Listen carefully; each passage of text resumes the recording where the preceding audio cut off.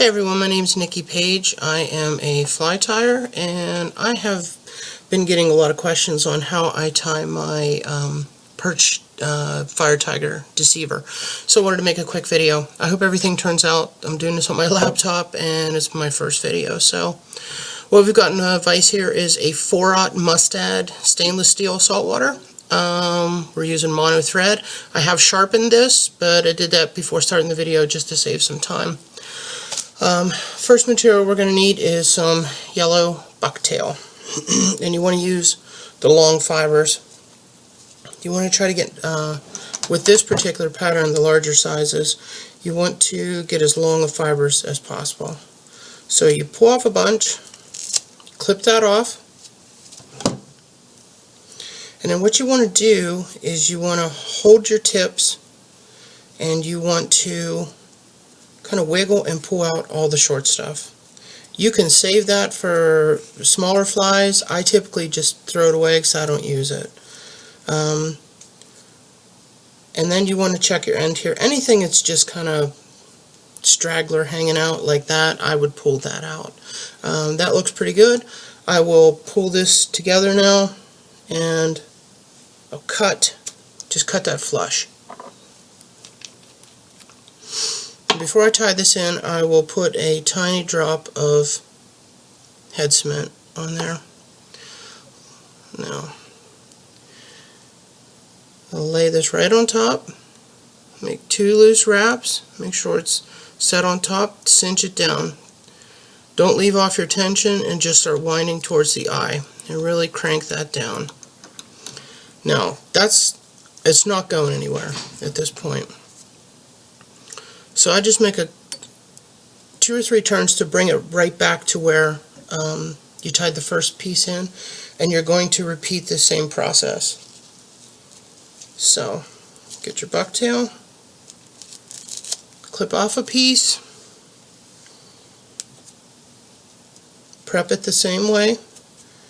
Consequently, all of the bucktail that we use in deceivers, especially in this pattern, but typically across the board, you're going to always be pulling out the short fibers. The long fibers give it nice motion in the water. If you have lots of short fibers, it kind of hinders that. Same thing. Cut that flush. Dab of head cement. Head cement is just for durability. Lay that right on top. But I like the ends here just to come a little bit past where the tie-in point is, to create a bit of a natural taper. Same thing as before, 1 to 2 turns, hold it in place, then wind towards the eye and really crank it down. I'm putting a lot of pressure. I don't know if you can see that, but it's driving that epoxy towards the eye. And that's the tail of the fly. At this point, bring your thread back to that same position. And we're going to put a little bit of flash in. This is olive. It's a crystal flash type material. I get this from Fly Tyers Dungeon. Good bunch of guys over there. And great materials at a really affordable price. Really, just, you can't even begin to complain about it. So what you want to do is lay it on one side, and I press it on top there so it splays it out. I will make 1, 2, 3 turns. I'll grab this and I'll do the same thing. If I push it in with my thumb, it just automatically forces the materials to go like this. So then I hold it in position. 3 or 4 turns, that's locked in. Because we folded it over, it's not going to go anywhere. I don't like my ends to come to a hard taper, but I don't like them completely flush. So I'll cut that off right about there. And that looks pretty good. Second thing we're going to do for flash, love the, you can use angel hair. I am really partial to Jack's Guardside Secret stuff. It's just something I use, I love. You want to pull out, quite a liberal amount here. You want to roll it between your fingers like this, and Once you get it pretty even and you pull it to where you get 2 equal pieces, lay one on each side, just like that. Pinch and loop. Now that's really not going anywhere, so we're going to make like 3 or 4 wraps to hold that in position. And what you want to do at this point is just grab this material and pull it back. Just like that. And when you pull it off, you're going to get a handful, little pieces like this. I bring them straight over to the thread, dub them on without, I haven't made a turn yet. Now I pull this material back, and right in front, to cover up any thread wraps, I make a few wraps with that dubbed angel hair. Covers it right up. That's the tail. So now we can move on to making the rest of the streamer. I'm going to go back to that yellow, cut off piece, prepare it same way as before.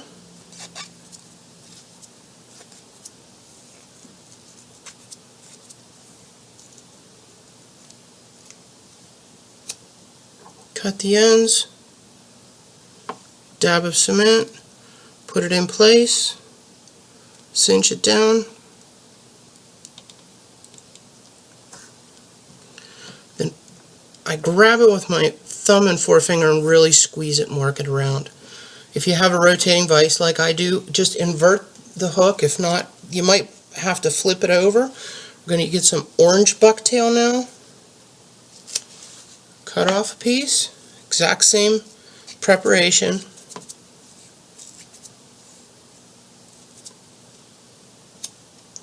Cut the tips flat, drop a head cement, lay this right on top of the hook shank, bring your thread towards the eye and then back into that same position just like we did before, and then just pull that material down so it's underneath. So now you have your belly. Now a cool little trick, take a clump of the angel hair and rub it, and you kind of make like a meatball with it. It's really it's like a bird's nest. You just push that right on, and you bring your thread right up over top of it with loose wraps, and then you hold it into position, and you allow that thread to grab it, and then you push it back. And the same as before, grab the pieces that came off, because that always happens with angel hair. A couple quick wraps, and we can move on to the next part. Now at this point, we've had the tail, yellow tail, top first portion, yellow wing. Now we're going to use chartreuse.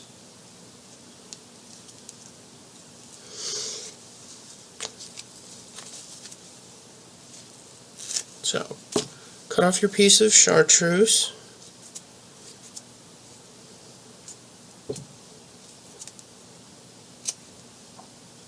Dab of cement.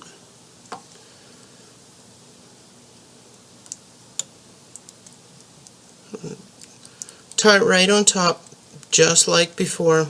Return your thread to that tie-in position. Pinch it, push it around. You want it to just engulf around the fly. Same thing, flip it over.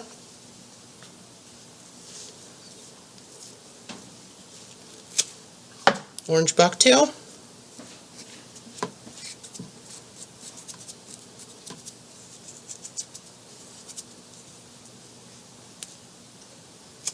Trim it flat, drop of cement,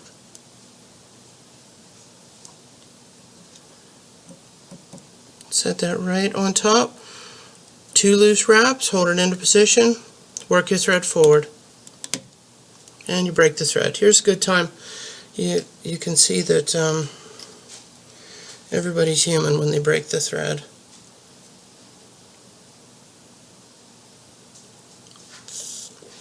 Anytime I break the thread like this, once I get it rewound, I start behind the eye and I just worked right up to where I broke the thread off. Wrap it around a few times and give it a few wraps back that way, just kind of locks it down.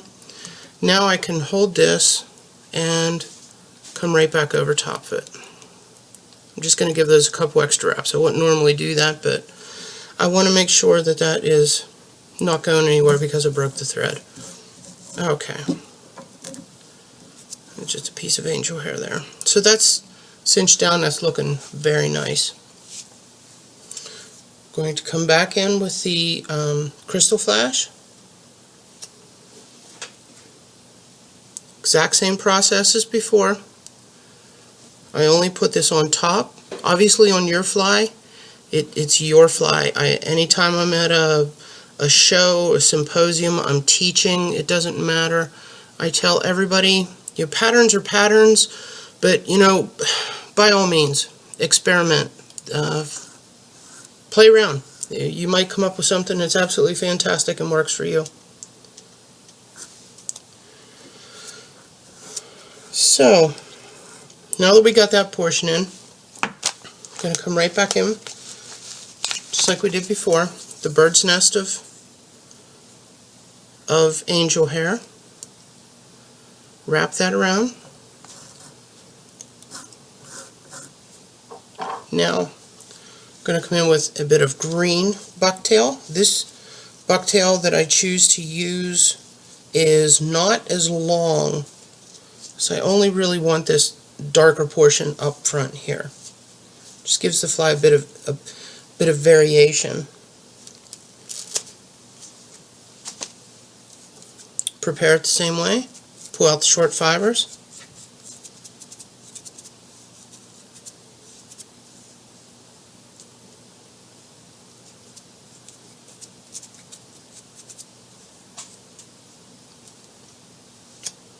Trim it flush, drop of cement, put it in position, 1-2 wraps, make sure it covers the whole top of the wing, and cinch it down. Return your thread to the same position, turn it over. Now at this point we're going to switch to white for the belly. Typically a perch does have a whitish belly. The orangish parts are typically on the fins, but in order to incorporate that, you know, we gotta get that orange in there somewhere. So that's where we just put it on the belly section. Exact same thing as before.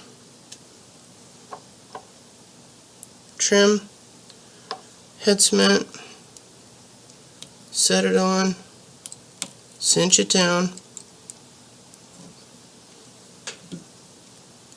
Bring the thread right back to the same position.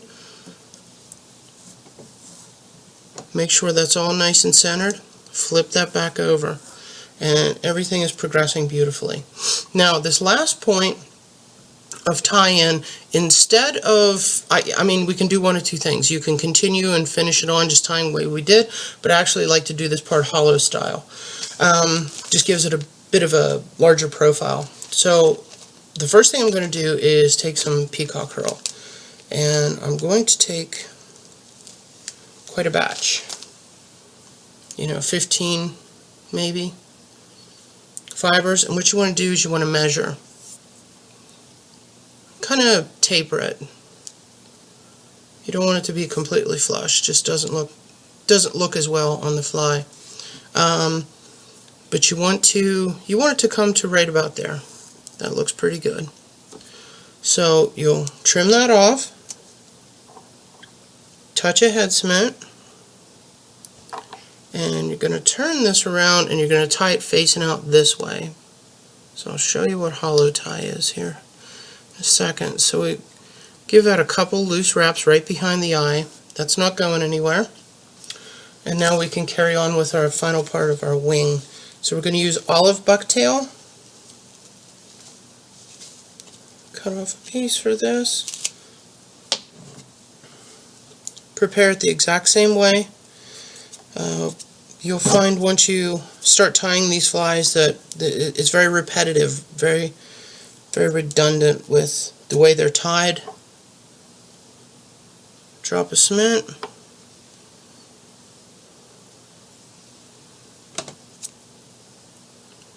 Lay that right on top. 1-2 wraps, make sure it's in place, make sure everything is nice and snug where you want it, and then a couple more wraps to hold it. I'm not interested in cinching it down so much right this second. Finish off with our final piece of white for the belly.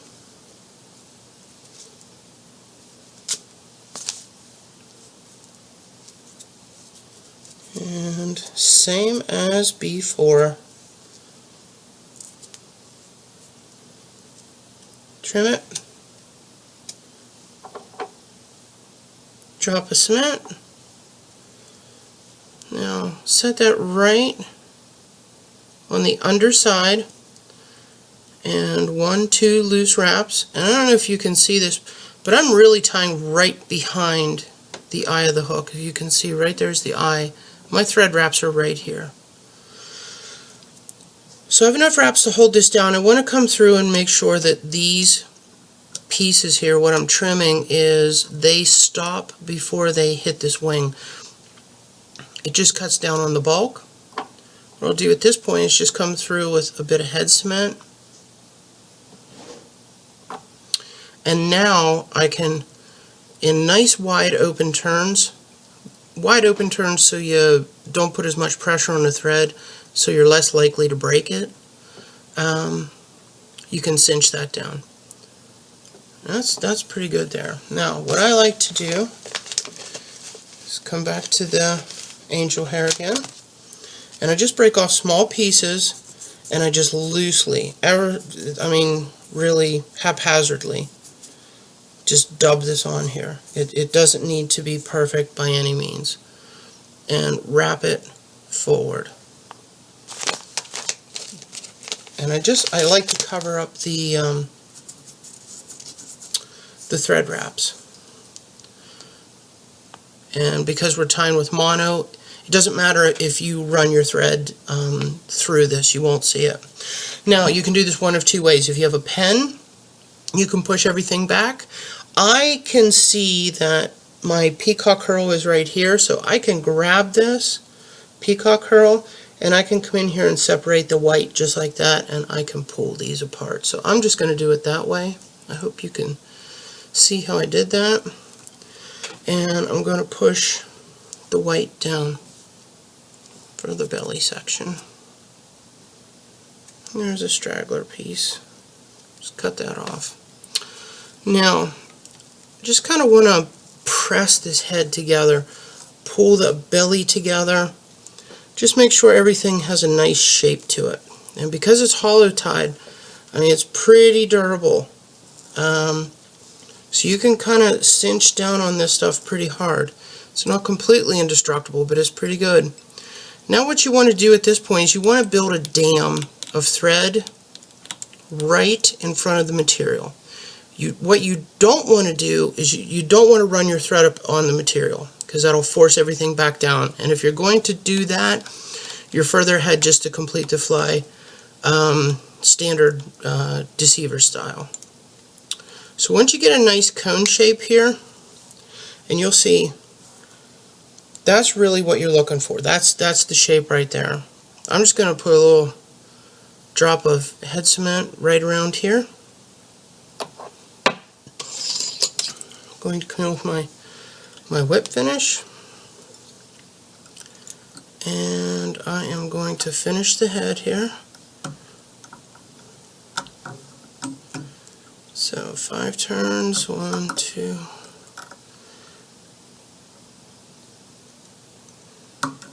I like to do 2 whip finishes, especially with mono, because if mono breaks on you, it just, flies apart. Okay, first thing we want to do at this point is you want to take a cat brush, and you want to, see if I can do it this way, you want to just kind of push your hand on it, you want to brush it. Okay, brush it all back this way. Now here's the test to see how good your tying is. I'm going to come in here and I'm just going to basically blow this fly to pieces with this brush. This is a really good test to see how your tying is. If your bucktail fibers start flying out everywhere, you're going to need to work on how well you're tying this material down. Because What this is doing is those bird's nests of angel hair, it forces them out all through the fibers. So now I'm going to brush it all back. So when this thing is in the water, you're going to get sparkling action through the whole fly, and it's great because it simulates scales much better. Now, second thing I'm going to do, and if your peacock kind of curls on you, don't even stress about it, because as soon as it hits the water, it's all going to go back. Now, I'm going to take a black Sharpie marker, and I'm going to paint the top side of the head so it matches the wing. And then I am going to just run it right up, just to give it a bit of black, and I'm going to start to stripe it. Kind of can't see on this side, so I'm hoping I'm getting it right.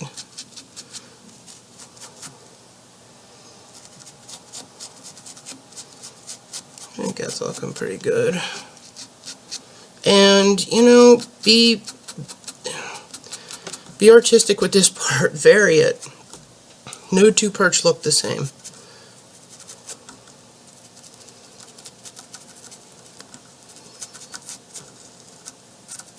And then repeat on this side.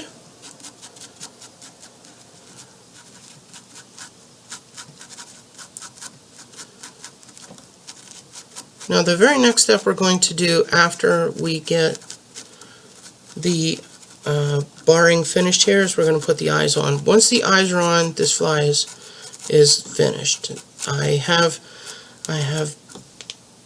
friends, acquaintances, customers that fish these without eyes. It's fine. It's up to you. I like to put mine on like Enrico Puglisi puts his on. And the way he does that is with a I'm blanking on the name of what this is called. Cauterizer. So what you want to do is come right where you're going to put it in. You want to turn your cauterizer on and allow it to sink down in till you hit the hook shank, and then kind of make a divot. Now this material will cauterize there and it won't fall off. It's just laying there, so I wouldn't suggest grabbing the material and stroking it, because you will pull it off, but until you get this eye into position, be perfectly fine. Okay. I'm going to use Zap Goo and come right in here and squeeze out. I put it right in the hole so it fills up, and allow it to come right out over top. Pretty generous with this stuff. I want those eyes to stay on. Obviously, you know, no pattern is going to be permanent unless you put a epoxy covering around the whole entire eye. If you do that, obviously it's going to be more durable, but I just don't with this pattern, with these larger deceivers. We're using, these are 7mm. They're red 3D epoxy eyes. And what you do is you just push them into place, and I kind of work that Zap Goo around the thread wraps. Just helps with durability. Twist it over. Press it into position.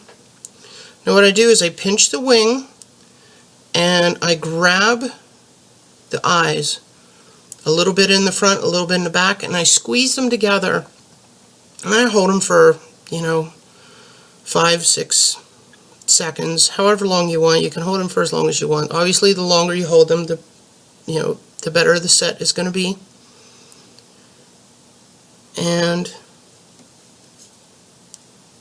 you're going to get some of this Zap Goo that is squeezed out, and I just, like I said, I rub it right around here.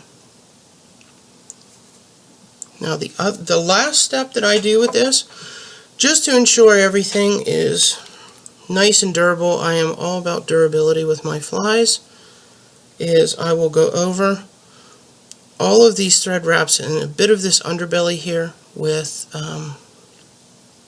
head cement. nail polish, whatever it is you want to use. And that's it. Where are we at? That's the fly right there. So that's a 4/0 Fire Tiger or Perch Deceiver style with a hollow style head. It's a brilliant fly, fantastic for bass, pike, peacock bass. Taimen will hit these. I mean, you know, saltwater obviously. If you're headed down for Dorado, fantastic fly. Anything that eats fish will like this fly. Hope you enjoyed. I hope you learned something, and thank you very much.